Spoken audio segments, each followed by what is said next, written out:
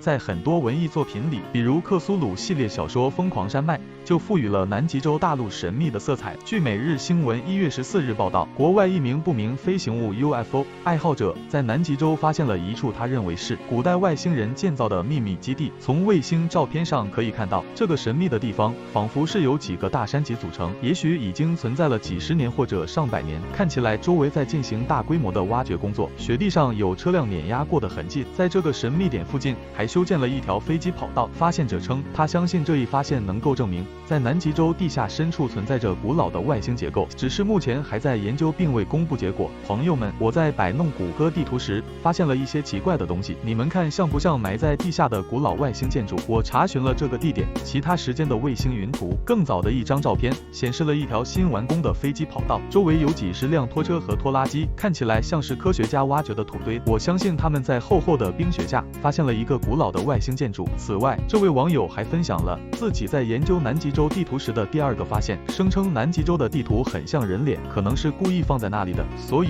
他认为这极有可能是外星人的脸，可能很早以前就已经来到了地球，甚至可能帮助人类启蒙。不过，在荒凉的南极洲，也许这位网友的发现都是出自大自然的鬼斧神工，只是看起来比较巧合。有的大石头经过风蚀作用，变得像一尊雕像，导致网友认为这是南极曾经存在的古老的外星文明。